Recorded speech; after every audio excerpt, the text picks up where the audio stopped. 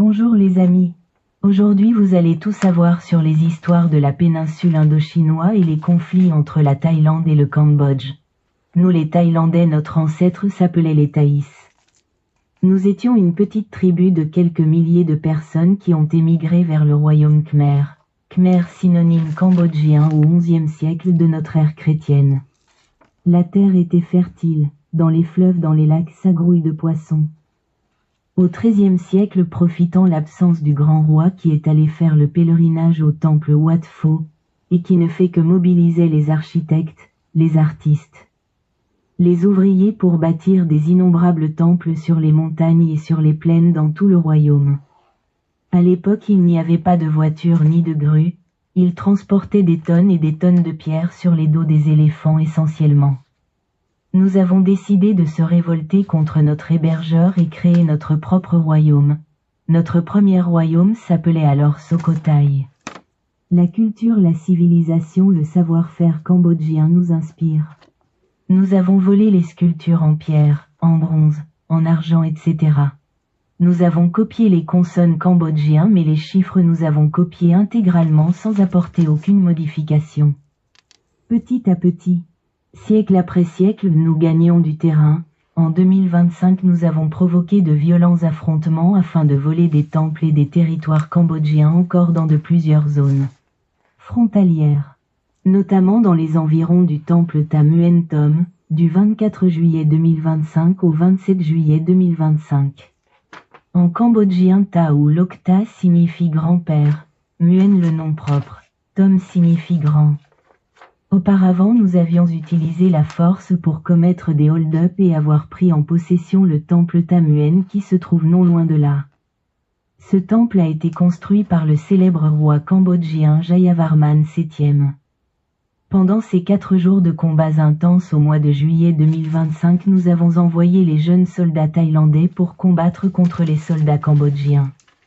La plupart des soldats thaïlandais ne savent pas que leurs ancêtres étaient les Cambodgiens.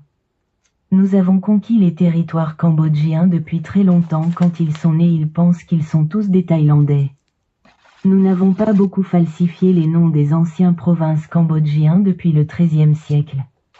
Par exemple, province Kamphaeng faite au nord de la Thaïlande. Kamphaeng en cambodgien signifie muraille. Un autre exemple, la région Isan thaïlandais, en cambodgien accent aigu San signifie nord-est. Phnom signifie montagne et Rune ou Rune signifie la grotte. Par contre, nous avons changé le nom de la capitale thaïlandaise de Krung Thep, devenue Bangkok, parce que Krung Thep sonne phonétiquement cambodgien. En cambodgien, Krung signifie ville. Accent aigu P signifie des anges. Les Cambodgiens appellent leur capitale Krung Phnom Penh. En 1995, assez récent, nous avons volé le beau temple Sdok Kok Thom des Cambodgiens. Ce temple, il y avait des stèles gravées en khmer ancien, comme le temple Pravihi. Georges Coedes, épigraphiste et archéologue français, fin 1911, il était au Cambodge pour étudier ces chefs-d'œuvre. Pendant ces violents affrontements du 24 juillet au 27 juillet 2025, nous avons décidé de détruire le temple Pravihi, construit au IXe siècle et qui a été jugé 2 fois en faveur pour le Cambodge par Cour pénale internationale ICJ à La Haye. Aucun espoir de voler. Nous avons décidé cette fois de le détruire. C'est pas beau? C'est pas malin tout ça? Nous n'étions que des simples pickpockets. Maintenant notre pays a la superficie aussi grand que la France et nous sommes 70 millions. Quand nous voulons agrandir encore notre territoire au détriment des autres pays, nous ferions sans d'état d'âme, même sacrifier la vie des civils innocents y compris des enfants. En décembre 1987 et février 1988, nous avions eu aussi les conflits territoriaux avec notre voisin le Laos aussi. C'était nous qui avions eu les derniers mots.